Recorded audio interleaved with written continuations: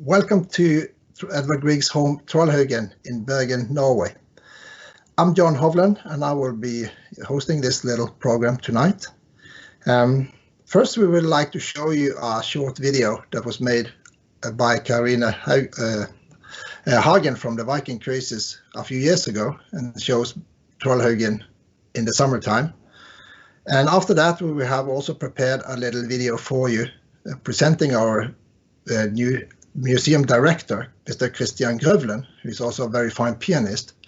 And he will give you a tour of Troldhaugen as it is on a more gloomy December night. And he will also give you a little concert playing some of Grieg's more famous small pieces for the piano. And after these small films, I will be coming back to you and answer any questions that you have for us. You can send them in on email and we will answer as good as we can after the film. So together with my friends at the Viking.TV, I hope you like the small films we prepare for you. Majestic scenes on canvas, local culture, music and traditions. In the 19th century, Norwegian Romanticism set out to preserve these elements of national identity. This patriotic movement inspired the imaginations of all Norwegians, including Edvard Grieg, who painted the essence of Norway with music, often incorporating elements of folk songs and always displaying Norway's wildness. You can hear that he's either on the top of some mountains or he has his back to the mountains and looks out to the sea.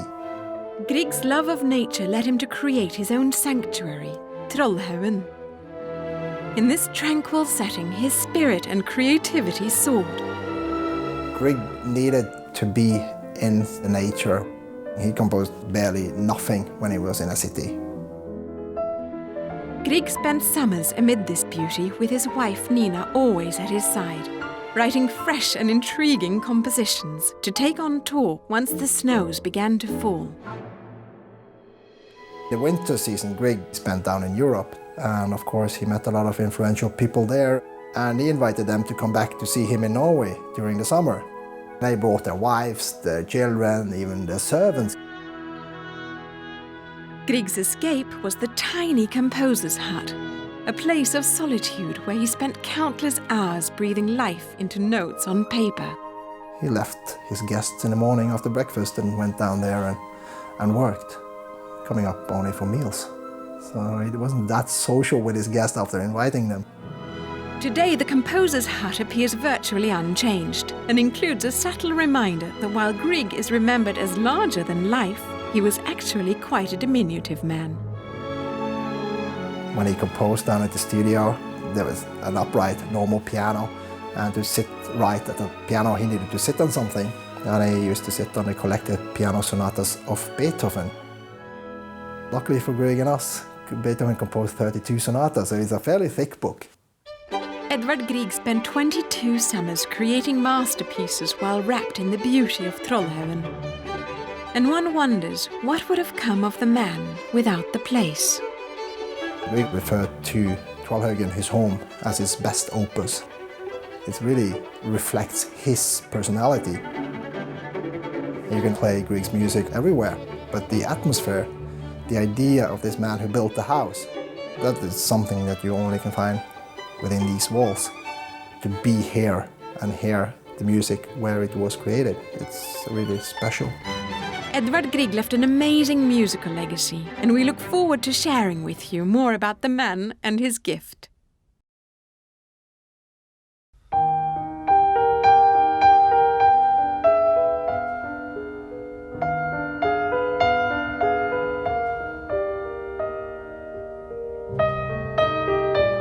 Welcome to Bergen, Norway, and Troldhaugen, the home of the Norwegian composer Edvard Grieg and his wife Nina. Grieg is famous for having written some of the most popular pieces of all classical music, such as Morning Mood, The Hall of the Mountain King, his piano concerto in A minor, numerous songs and piano pieces. but Grieg himself called Troldhaugen his greatest work. My name is Christian Grøvlen and I am the director here, and I welcome you to a little tour with me here at Troldhaugen.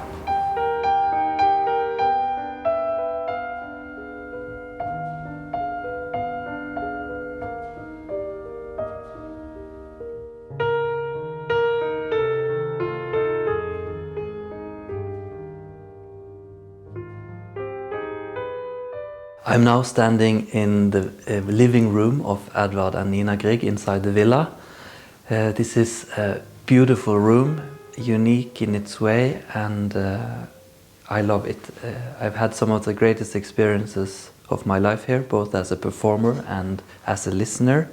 And I remember very well the first time I came here as a child and being spellbound by the atmosphere and all the original items that are present here. This is almost exactly as it was when Edvard and Nina lived here. Now, this is not only a living room, and for them it was also a music room. The instrument is Grieg's own Steinway from 1892, the most beautiful Steinway I think I've ever played. Even today we produce concerts here and special events, and it's quite remarkable to attend a performance here. I remember very well some of the concerts I've played here myself, when suddenly you're playing chamber music with the nature surrounding the place, which is quite amazing. We play concerts here all through the year, but in different styles and in different kind of programs. Of course, it is a very historically important room, so we try not to overuse it. I want to stress that when you attend something in here, you are a very privileged person. Many of the items in the collection are memorabilia and important artifacts from Grieg and his wife's lives, in addition to lots of photographs and other historic documents which you can see in the collection.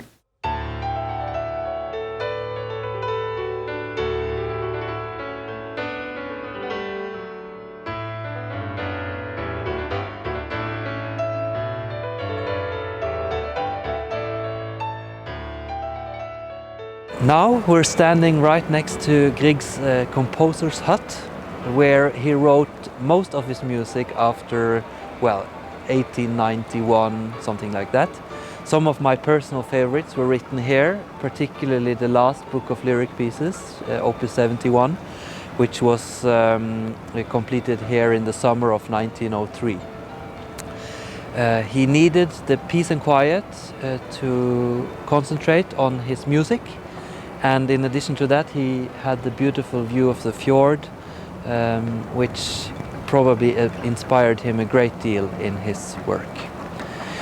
Now, the villa is right up here, but behind the composer's hut you can see Troldsalen, which is our beautiful and unique chamber music hall, which was opened in 1985. Exactly 100 years after Troldhaugen was finished. In Troldsalen we play almost all of our concerts all year around, and it has the unique view because of its large windows overlooking both the composer's hut and the fjord. And the experience to listen to both Grieg's music and other people's music there is fantastic, and something you cannot experience anywhere else in the world. And we are very proud of Troldsalen and how it is located in the middle of nature.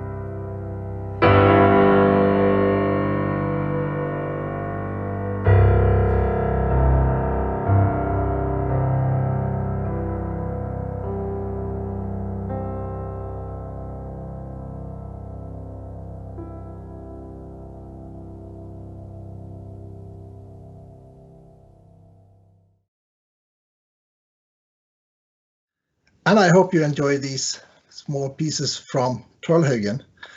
And now it's time to answer some of the questions you have sent in. And to help me with the sorting out the questions, I have Claire, who is actually a live godmother from Viking cruises. So we just start with the questions, Claire? Yeah, hi John, thanks so much for that lovely introduction. Great videos there.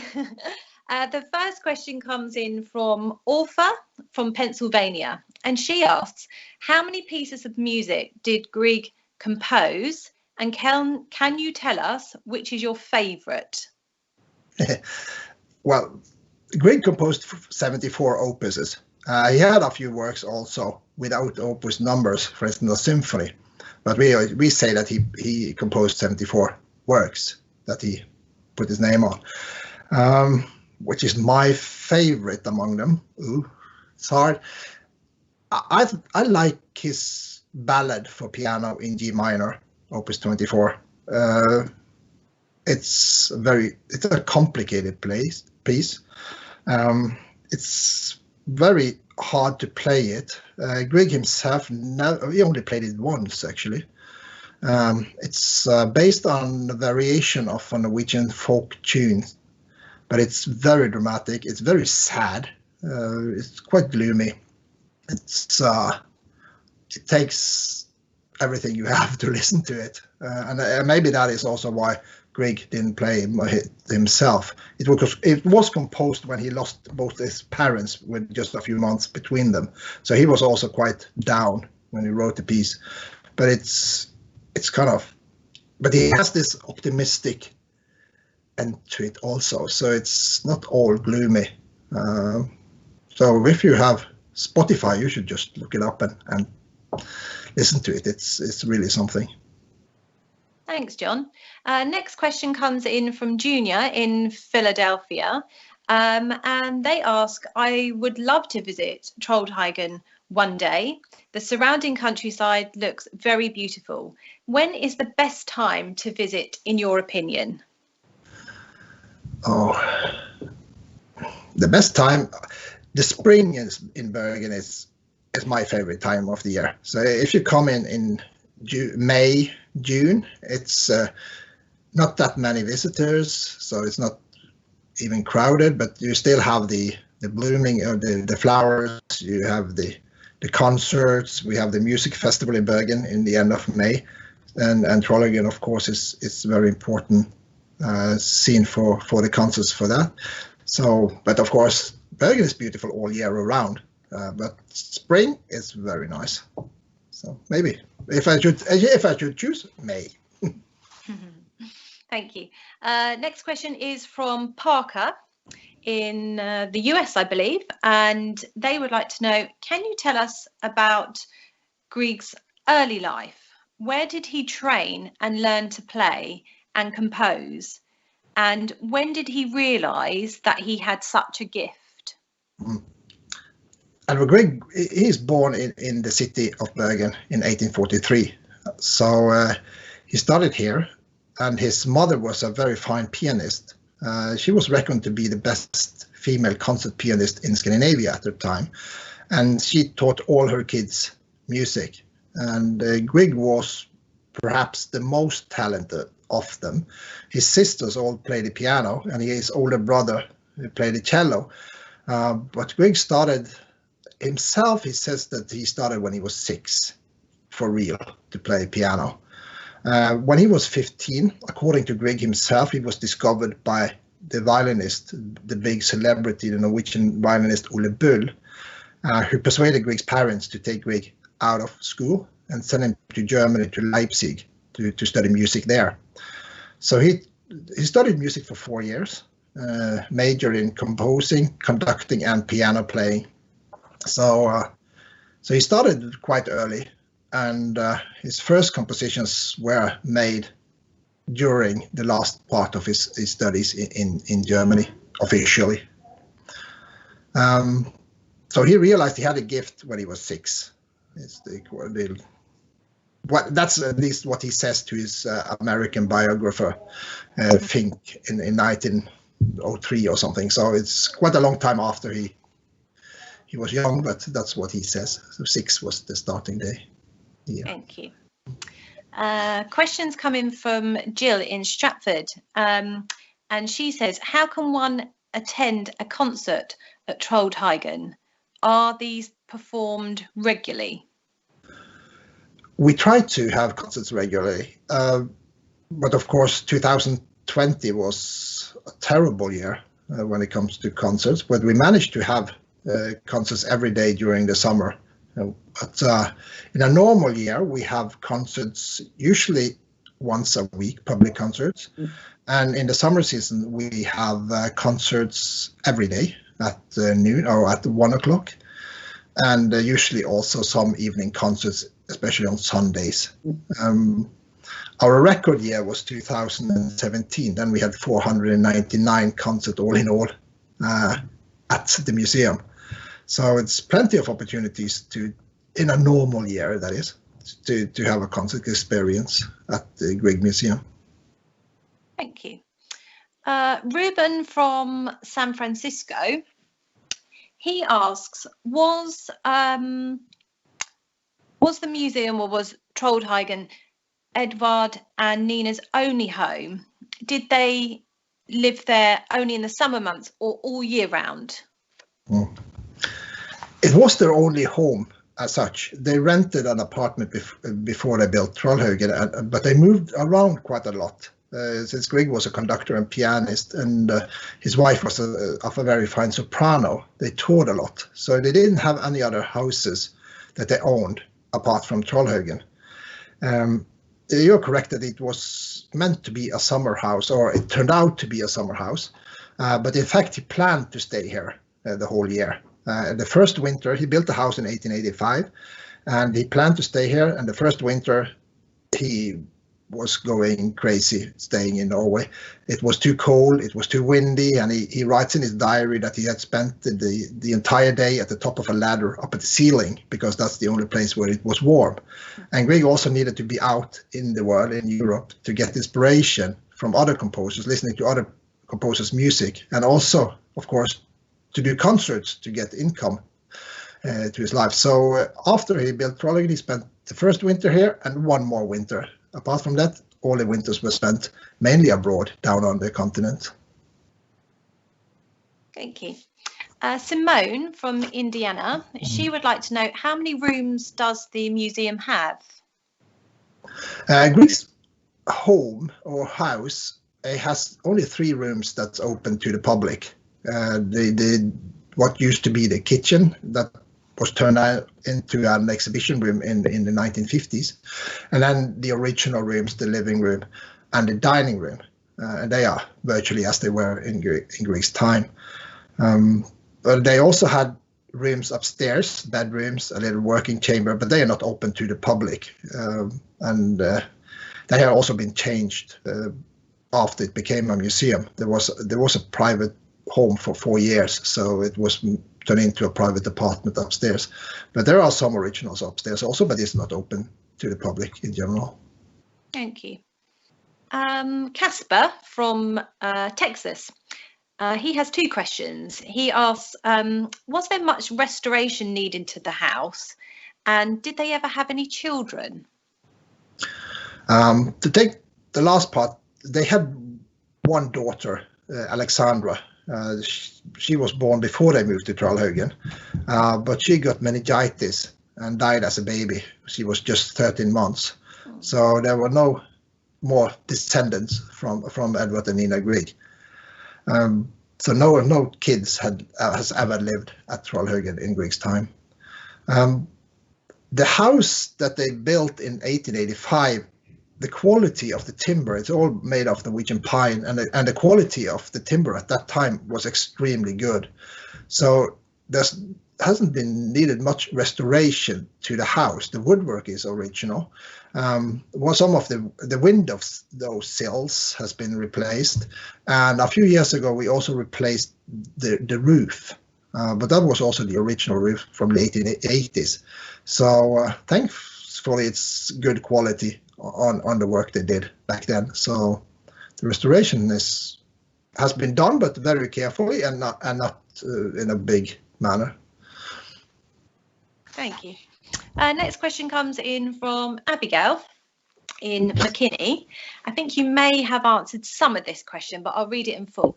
Do you know if Griggs showed interest in music from an early age, or was it later on in life? And do we know if he learned to play any other instrument other than the piano? Yeah, part of that question was asked before, that he started, as according to himself, when he was 6 years old, but he didn't learn how to play any other instrument than the piano. He was quite angry with himself that he didn't learn how to play the Hardanger fiddle, the Norwegian national instrument. So he needed other people to play the music that he wrote for violin or cello, etc. So he only played the piano. Okay. Next question from Juliet in the US. She would like to know what Edvard's education was like growing up. Where did he go to school or study? And who discovered his amazing talent? Was it a music teacher? Yeah, I partly answered that also earlier, but according to Grieg, it was Ole Bull, the violinist, who discovered his talent. And Grieg says that Ole Bull came to see his parents. He was a friend of Grieg's parents. And of course, all the kids should play for this famous violinist. And when he heard Edvard Grieg playing some of his own compositions as a child, he talked to Grieg's parents and persuaded them to take him out of school and send him to Leipzig in Germany. In Germany, he got education at the most progressive conservatory in Europe at the time. It was founded by Felix Mendelssohn and Robert Schumann, and was very modern. And Grieg afterwards said that he didn't learn much in the conservatory in Germany, but I don't think that is the complete truth. He learned how to do the work. So he was discovered by Ole Bull and also by his teachers in Germany. Thank you. We've had a lovely comment come in from Cynthia in the United States. She says, we visited his home in 2019. Never knew he wrote some of the pieces that he did.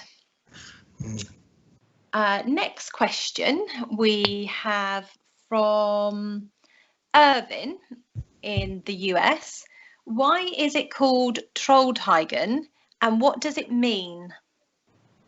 Troldhaugen means the hill of the trolls. And at that time, and still actually, if you have a nice villa, it should have a name.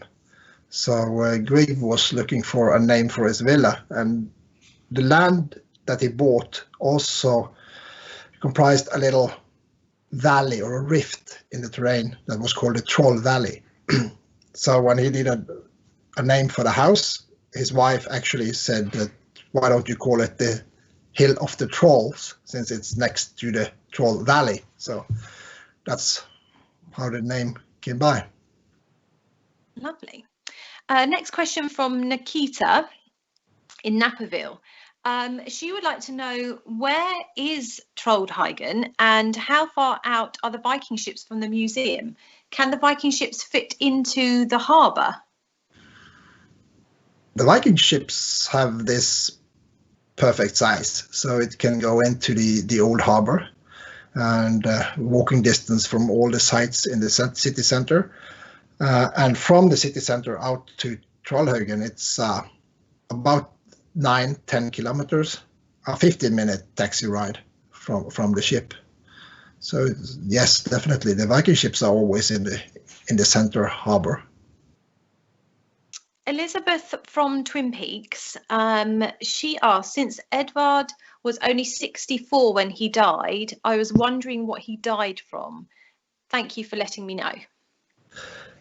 Well, the actual death certificate, it says that he died of a heart attack when he was 64.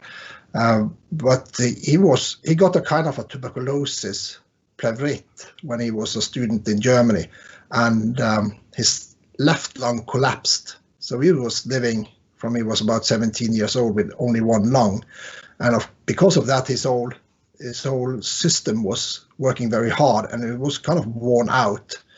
So when he died, it was from a heart attack, but he was really, really sick from all kinds of illnesses. But then again, 64 at that time was not a bad age. People usually died younger. We used to say that he died as an old man of 64, but his wife died as a young woman of 90. He was much healthier than he was. Next question is from Darwin in Austin, Texas. And the question is, I find it interesting that both Grieg and Bull, Norway's finest composers, are both from Bergen. Do you think that it is a coincidence, or is Bergen very creatively stimulating? Thank you for such an interesting program. I don't think it's a coincidence that Grieg and Bull and some other of Norway's most famous musicians are from Bergen. I think it comes from, yes, it's creative, stimulating in the sense that it's always been a kind of an international melting pot. It's a seaport. A lot of people from all over the world comes here with their impulses and mixing it with the Norwegian culture. And I guess those melting pots are very good to stimulate creative works. Also, Edvard Grieg was not a typical, well, he was a kind of a typical Bergener in the way that his family is not completely Norwegian. He had Danish blood in his vein, of course Norwegian, but the name Grieg comes from Scotland. His great-grandfather, Alexander Grieg, emigrated from Scotland to Norway in 1770. And he wrote the name Grieg, like the Scottish Greg, but he switched the E with the I and making it a Norwegian branch of that family. So I think that's a mixture of foreign impulses, and Norwegian is what you need to be creative, stimulating. And we also call Bergen the music capital of Norway, and that is definitely true. So in popular music and in classical music, he's from Darwin, he's from Austin, and I know that is also quite a good city for music. Susan from Middleborough in the US would like to know, have you ever done any outdoor concerts at the house? Yes, we have. As you saw in the last film, Christian was playing the piano in our concert hall, and that was built in 1985. And before that, we used to have all the concerts inside Grieg's villa. But that only seats about 40, 50 people.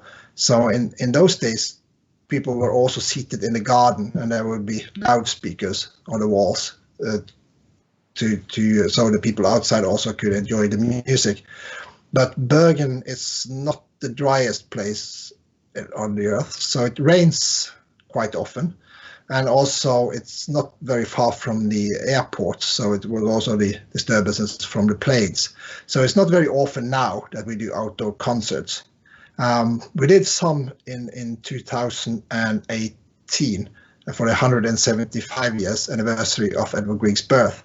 Then we did all the works, all 74 opuses in one big concert, 30 hours in one go. And some of those concerts were in the garden or outside also. Thanks, John. Next question from Rodney in Denver. He asked, how is the Steinway and Sons piano maintained, and how often does the piano have to be tuned? He says also, a very beautiful piece was played. Thank you. Yeah, the Steinway that Grieg got as a gift in 1892, it's a Hamburg Steinway. It's kept in a very stable environment. The house is, of course, nowadays it's electrical heating, so the temperature and the light is kept under control. It's tuned quite often. Of course, if we are going to have a concert on it, it will be tuned for that. But we also keep it regularly tuned without having concerts on it, just to preserve it. Specialists are coming from Steinway to do maintenance on it every year. Lovely. Paul from Bath in the UK, he would like to know what the story is behind the piano piece Wedding at Troldhaugen. The Wedding Day at Troldhaugen, yeah. It's kind of a marketing trick of Edvard Grieg's. He wrote the piece, the lyric piece, Wedding Day at Troldhaugen, as a commemoration of his big celebration of his silver wedding anniversary, or his and his wife's silver anniversary at Troldhaugen in 1892, when he got the piano, actually. And it was a really, really big celebration. Grieg was extremely famous in his lifetime. So when he and his wife were celebrating their silver wedding anniversary, 11th of June, they woke up in the morning, and it was the military band, choir, and people were standing in the garden to congratulate the couple. And he runs down and he talks to people, and he sees this new piano that they had smuggled into the house during the night. And he was very excited about it, but he couldn't talk to all of the guests because they had to return to Bergen by the train that was at that time. And of course, Grieg was a very impulsive man, so he jumped up on a table in the garden and he invited everybody that came that morning back for supper in the evening. And it was about 200 people in the garden, and 120 actually came back for supper in the evening. But in the meantime, Grieg had contacted one of the hotels in Bergen, and they came with tables and servants and chefs and everything. So he said it was like a fairy tale in the evening, and everything was decked outside, inside, and there were fires, there was a celebrations on the islands, in the fjords, everything was a big celebration. And it was a commemoration of this super party that he had on his silver wedding anniversary, that he titled this lyric pieces Wedding Day at Troldhaugen, where the celebration was taking place. Thank you, John. Next question comes in from Bill in Windsor in Canada. Did Edvard personally complete arrangements for each instrument of an orchestra, or did he have an assistant for helping with this? As far as I know, he was educated in doing the arrangement for orchestra himself, and I believe he did. But then again, he didn't do many compositions for orchestra actually. But those he did are extremely famous, like the music for Bergen and the piano concerto, for instance. But I know that he had help when it came to transcribe tunes from the Hardanger fiddle, but for orchestra, I haven't heard that he had an assistant for that. Thank you. The next question is from Linda in the US, and she writes, did Grieg ever have a moment of hardship or challenge in his life, or was he always successful and happy? Oh, he definitely had his ups and downs in his life. I understand that she asked that he was always successful and happy, because he was quite successful, and his music is always, or very often, this undertone of optimism in it. It's not this gloomy Nordic sound in the background that you can get from other Nordic composers like Sibelius, for instance. But he definitely had his hardship, of course, when he lost his daughter Alexandra as a baby, and also when he composed the ballad for piano after his parents died in the same year after each other. And of course, he also had this artistic drought periods that he couldn't compose anything. He was also quite a restless person, so he said that happiness is where I'm not. So when he was abroad, he was longing for home, and if he was at home, he longed for the nice olives in southern Italy, and he stayed too long inside in the fjords in Hardanger. He felt that the mountains just made him stupid. He wanted to go out to the coast again. So he was quite a restless soul. Next question from Laurie. She has two questions. First one, can you recommend a quality biography for Grieg? And also, can you recommend a quality orchestra recording that you feel best represents his work? Biographies, I assume she wants in English. There's quite a new one by Mr. Erling Dahl, who it's called My Grieg. And that's a very fine biography of Grieg's. I like that a lot. A lot of earlier unpublished pictures of him, and has a very personal touch to it. When it comes to an orchestra, there's a lot of orchestra that plays Grieg. Grieg is one of the most played composers in the world. But if you are looking for an orchestra playing his piano concerto in A minor, I will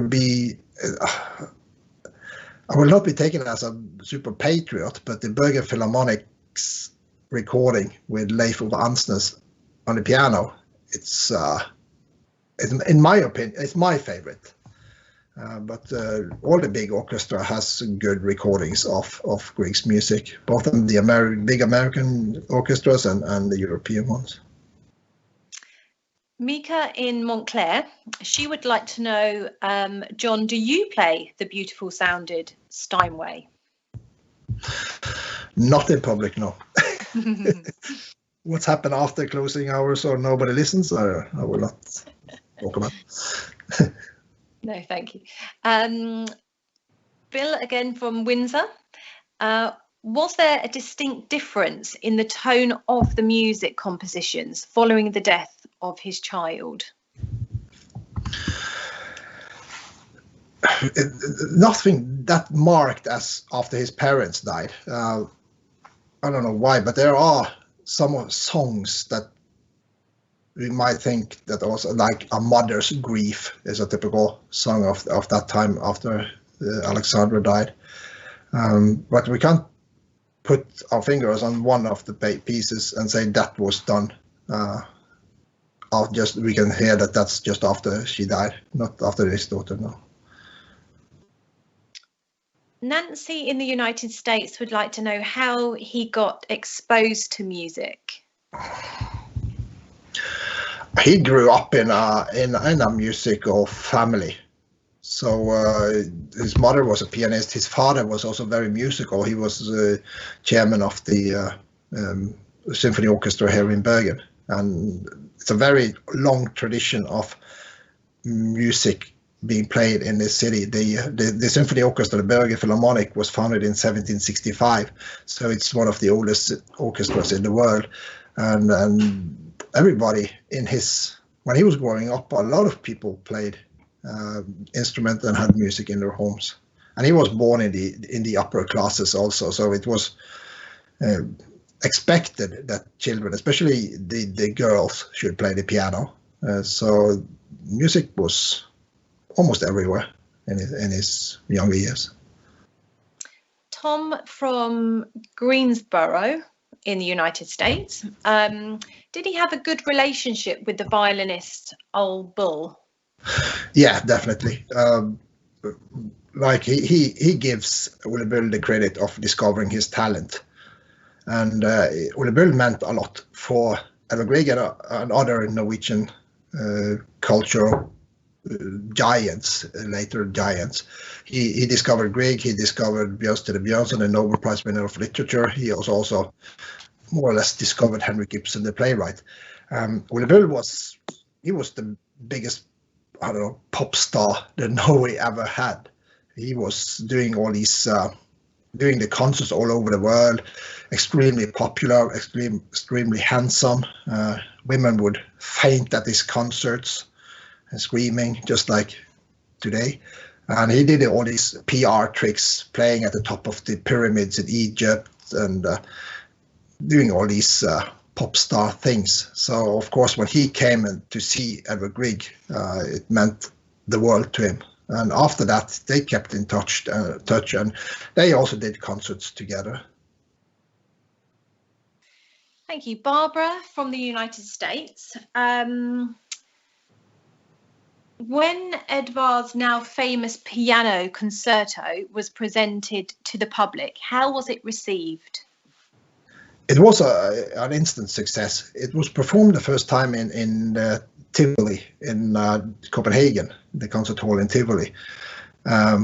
Grieg himself was actually not present at the premiere. There was another conductor, another pianist, but maybe he was afraid of how the audience would receive it. But it was an instant success, and it was also promoted and spoke very well about by the pianist Franz Liszt, and that of course helped Grieg's career enormously. So many of his works were instant hits, like also the music for Peer Gynt was after the premiere really good receptions. Thanks. Mona from the United States sent in a lovely comment to say thank you for this interesting programme, John. Next question is from Clifford in Colorado Springs. He says, it was commented that Edvard's personal piano is an 1892 Steinway. How often is it played? We try to play the piano quite regularly. In a normal year, without the pandemic, we usually have about 25, 30 concerts where we use the original Steinway. The music festival that takes place in Bergen in May, they have villa concerts in the night, very popular, very sold out. But we also have mainly private concerts now, where we use Grieg's Steinway. This year, or 2020, we couldn't have concerts in the villa due to the pandemic because we couldn't keep people at enough distance between the seats. But usually 20, 25, 30 concerts a year on the piano. And I believe that's why it's still a perfect instrument, because it hasn't died from not being played on. I think this will be our last question of the evening, John, and it comes in from Bonnie in the United States, and she says that when they visited in the 1980s, they took a bus from the old Portside area. She wondered if that's still possible. Yes and no. We have in a normal year again, hopefully this year, but we are quite pessimistic about at least the start of the season. But in the last years until in 2019, we have a daily bus going from the city center up to Troldhaugen, and that includes the concert, the daily concert we have at 1 o'clock, and a guided tour and some alone time, and then return to the city. A very popular trip, and we are doing that. Usually we start the 1st of May and we do the tours till the middle of October every day.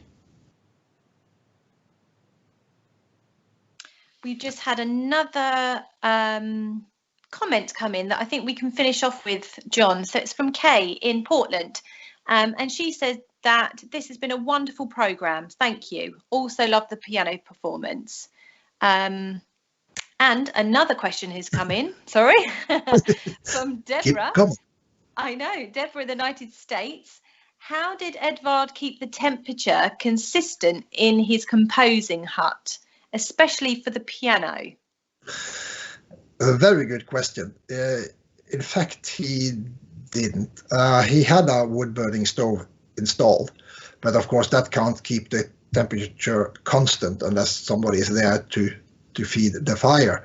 So in his composer's hut, he had an upright Norwegian piano, and that has been completely ruined by the differences in temperature. So if we should go in there now and play on the piano, it would sound like a piano from an old Western saloon or something like that. It's the temperature was today. Of course, we have electric heating there as well, but in Grieg's time, it was not very good for the piano. Thanks, John. Another one's come in. Let's answer this one. It's Martha from Nashville. The Holberg Suite is my favourite Grieg composition. Where does the name come from, and where and when was it premiere? The Holberg Suite is also one of my favourites, so I totally agree with Martha. It's actually, Grieg was commissioned on a work for the commemoration of the birth of the Bergen Danish comedy writer Ludvig Holberg. He was born in 1684, so for his 200 years anniversary, he was commissioned to compose a cantata that would be performed at the unveiling of the Holberg statue in Bergen. And Grieg didn't feel very inspired by doing this work, this cantata. So in the meantime, he was starting to play around with the style of Ludvig Holberg, the French Baroque style. And for himself, he composed the Holberg suite as a suite of different French suite movements like air, rigodon, sarabande, these typical pieces that the French suite should consist of. He felt much more inspired by this work. So the cantata was sung for the unveiling of the statue, but this Holberg suite was a big hit. First for the piano that he wrote it for, but he also arranged it for string orchestra, and the piece for string orchestra is simply brilliant. It's a really, really lovely piece of music. So I totally agree with Martha there. The premiere was in 1884, if you wanted to know the exact year. John, thank you. Yep, that was the last of our questions for this evening, I think. Thank you for listening, and thank you for seeing the videos. And I hope as many of you who saw the video will find time to come and visit us at Troldhaugen soon.